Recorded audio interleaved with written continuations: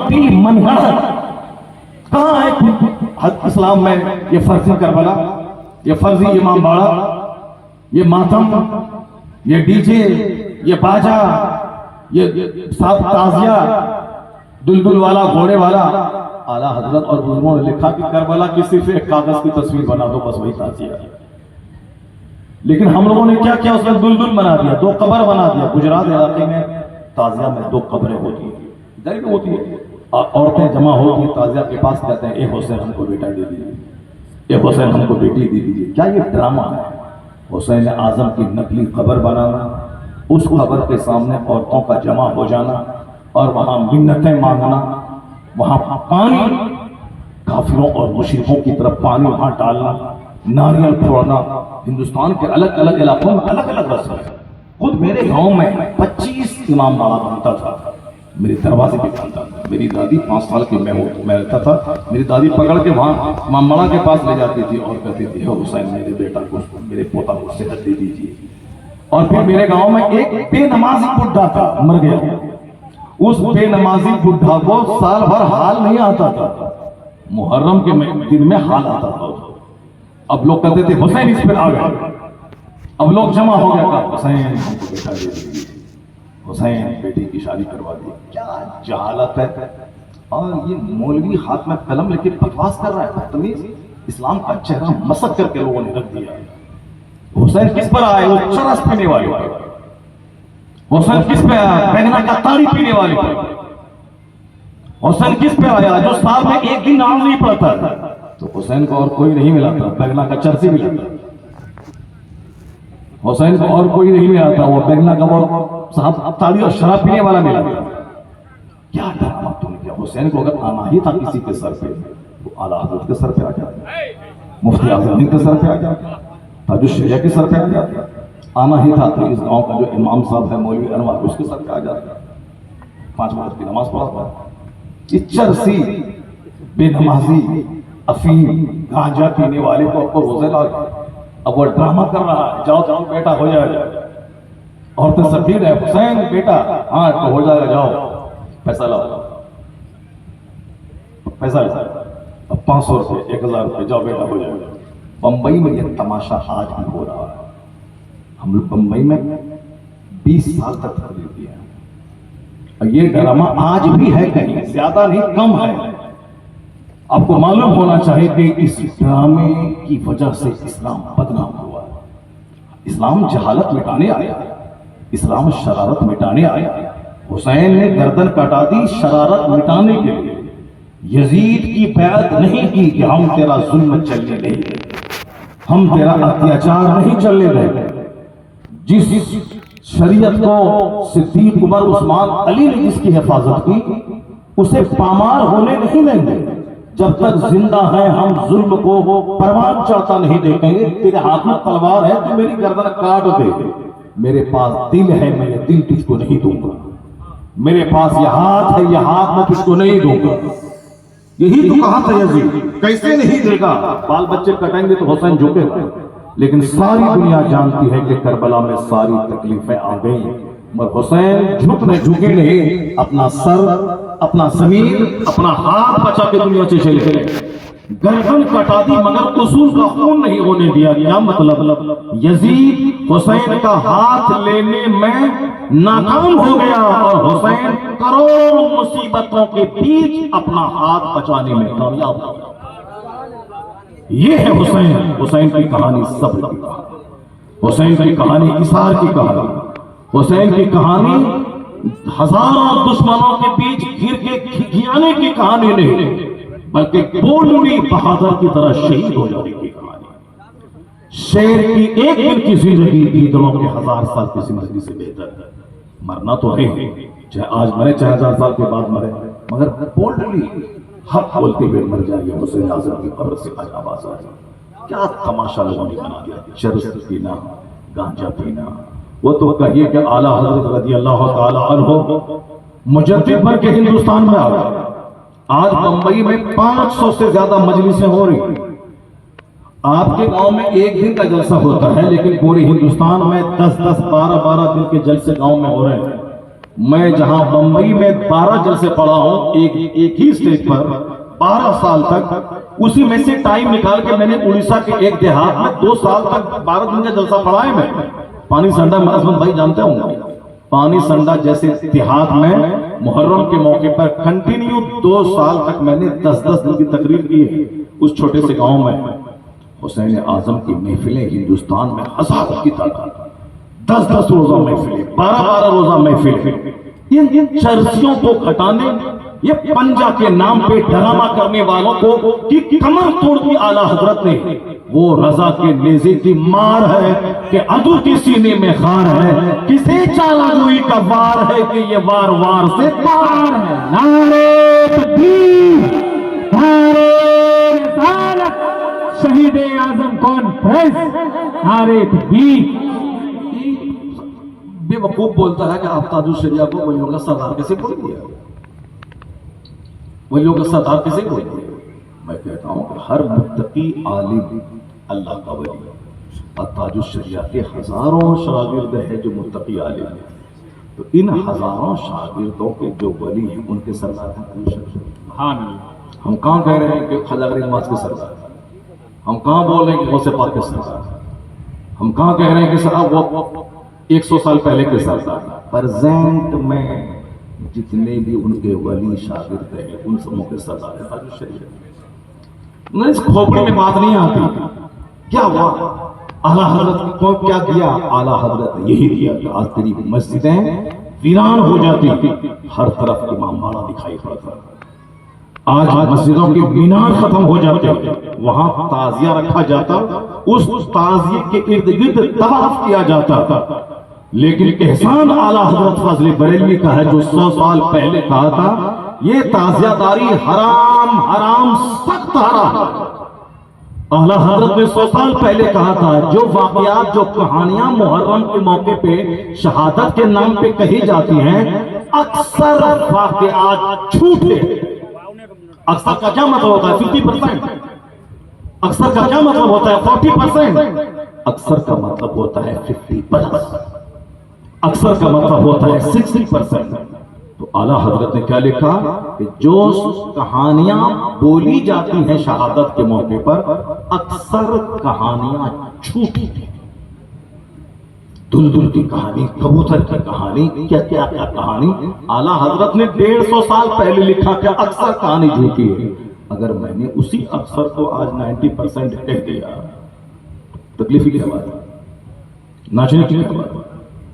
سب کو موقع مل گیا، ناچ رہا ہے، اسٹیج پہ ناچ رہا ہے. ہم بولتے ہیں پورا ہندوستان میری بات پہنچے گی، بس ناچ رہا ہے.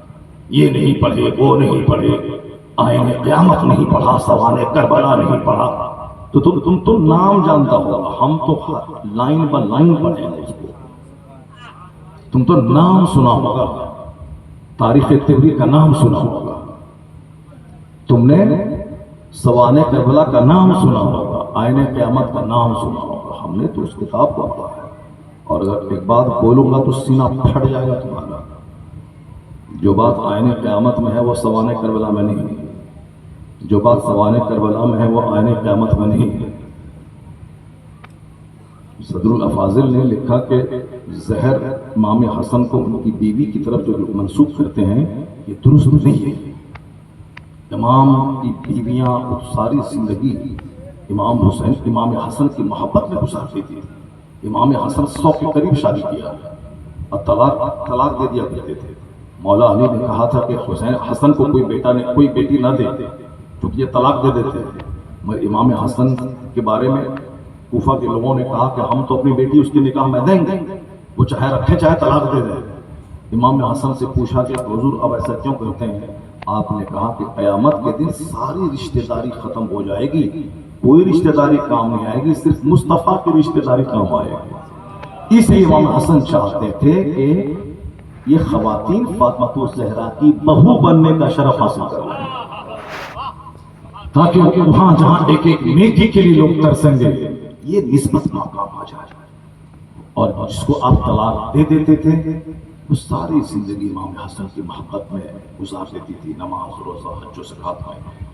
وہ نظر اٹھا کے کسی دوسرے کو نہیں دیکھتی تھی. پاکیزہ لوگ تھے، ان مقدس لوگوں کی بیوی پر یہ الزام لگانا کہ انہوں نے زہر دیا ہے امام حسن کو، یہ غلط ہے۔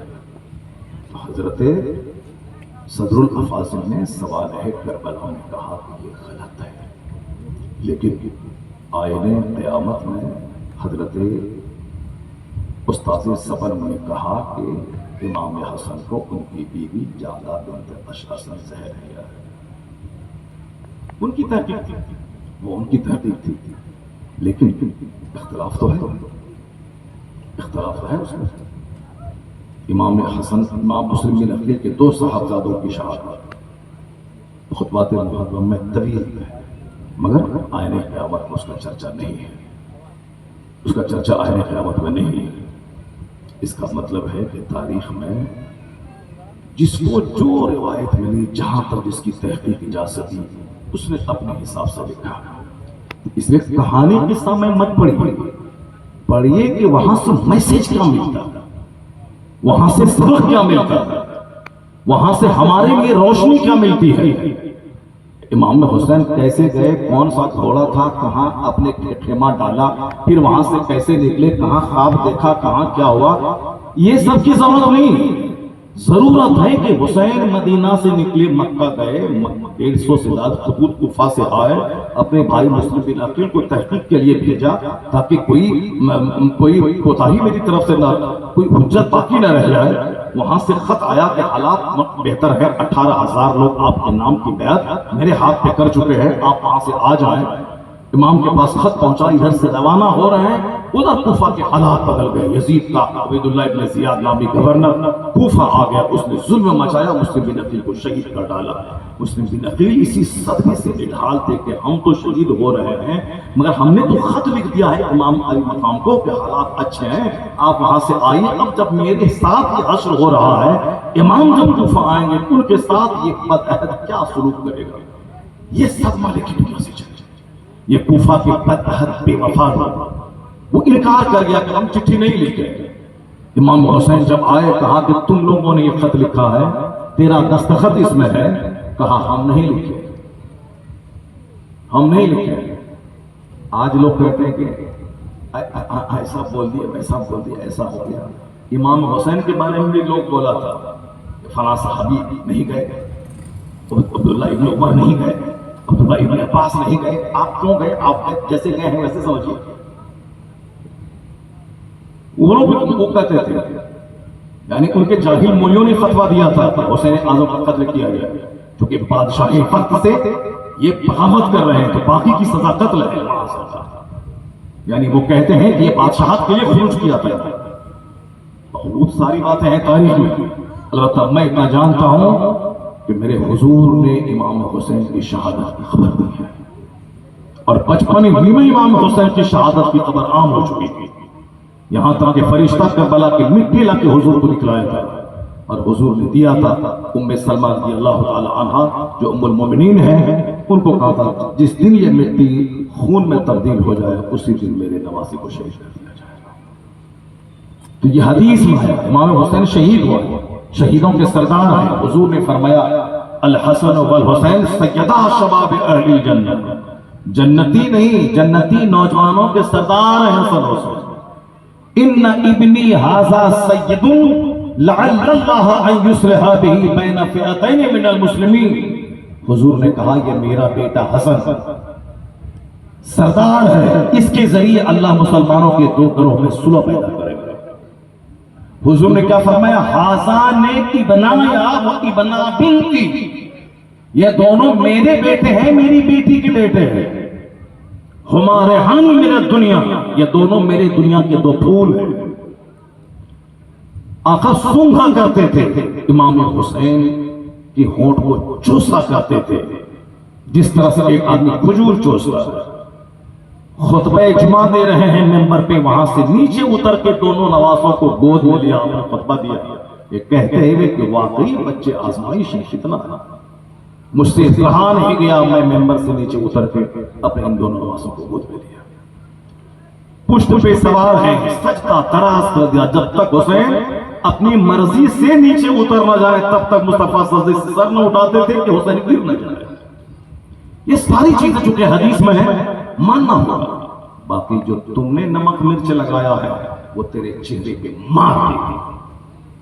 سیدہ صغرا کے جھوٹے بیمار ہونے کی کہانی، کبوتر کے ذریعے خط آنے کی کہانی، میدان کربلا میں جناب سکینہ کی شادی کی کہانی، دلدل کی کہانی، یہ ساری کہانیاں رونے رونانے کے لیے رافضیوں نے کر لی، اور ہمارے کچھ لوگوں نے اپنی محفل میں رنگ جمانے کے لیے ان کی کہانی محفلوں میں بیان کرنا شروع کر دیا.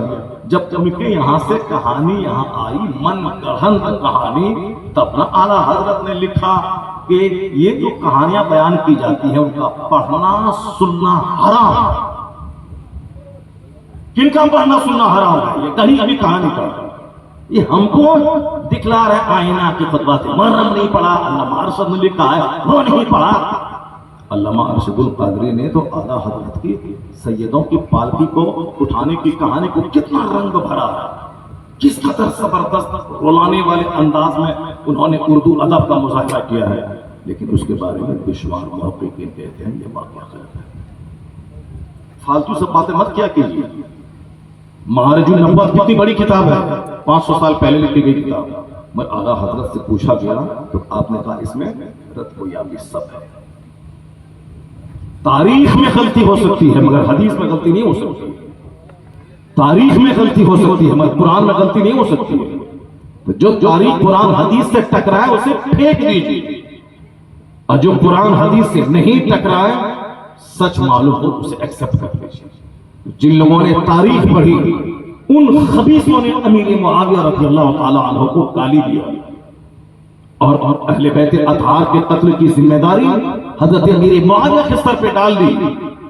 صحابی کو کیونکہ گالی دینا حرام ہے، لا تسبوا اصحابی، میرے اصحاب کو گالی مت دے. جن لوگوں نے صرف تاریخ پڑھی وہ امیر معاویہ رضی اللہ تعالی عنہ کے خلاف قول فول بکنے لگے، اپنے آپ کو جہنمی بنانے لگے. لیکن جس نے حدیث پڑھی وہ جانتے ہیں کہ صحابہ کرام کے درمیان جو معاملات ہوئے وہ ان سبوں کا دل پاک صاف تھا، خطائیں اجتہادی ان سے ہوئی، لیکن سارے صحابہ ہمارے لیے قابل احترام ہیں، اور سب کے سب جنتی ہیں، سب کی خطاؤں کو اللہ نے معاف کر دیا ہے. اس لیے اگر یزید نے غلطی کی ہے تو اس غلطی کو باپ پہ نہیں مہا جائے گا. یزید مجرم ہے، امیر معاویہ ان کے باپ نہیں. یہاں تو گھڑی میں گھوڑا ہو جاتا ہے. باپ مسجد میں تھے، بڑے نیک تھے، ہر مہینے میں 2 ختم قرآن کرتے تھے، ہر آدمی کو سلام کرتے تھے، ہر گھر میں جا کر کے تعویذ لکھ کے دیتے تھے. لیکن باپ مر گئے، ان کا بیٹا باپ کی جگہ امام بن گیا، اور اس کے بعد یہ صرف کھاتا ہے سوتا ہے. ایسا تو ہوتا ہے نا، باپ بڑا نیک تھا، بیٹا شیطان بن گیا. باپ تو اچھا سمجھ کر کے اپنا جانشین بنایا کہ چلو یہ ہمارا بیٹا امامت کرے گا، لیکن ان کا بیٹا بن گیا شیطان. ان کا بیٹا ہو گیا پیسے کا غلام، ان کا بیٹا ہو گیا نماز میں سستی کرنے والا، جماعت چھوڑنے والا. تو اس کے باپ کا کیا قصور ہوگا؟ جناب نوح علیہ السلام نبی رسول اولو العزم رسول ہے، 5 بڑے رسولوں میں ایک رسول، اور اس کا بیٹا کافر کا کافر رہا. آپ سمجھاتے رہے ایمان لاؤ، کشتی میں سوار ہو جاؤ، نہیں مانا، نہیں باپ کی بات، نبی کی بات نہیں مانا، حالت کفر میں مر گیا. جب ایک رسول، بڑے رسول، 5 بڑے رسول ہیں، اس 5 میں سے ایک جناب نوح علیہ السلام، جب ایک صاحب عظیمت رسول کا بیٹا کافر کا کافر رہا، باپ کی بات نہیں مانا، تو ایک صحابی کا بیٹا اگر اہل بیت اطہار کا قاتل ہو گیا، فاسق ہو گیا، اس میں تعجب کی کیا بات ہے؟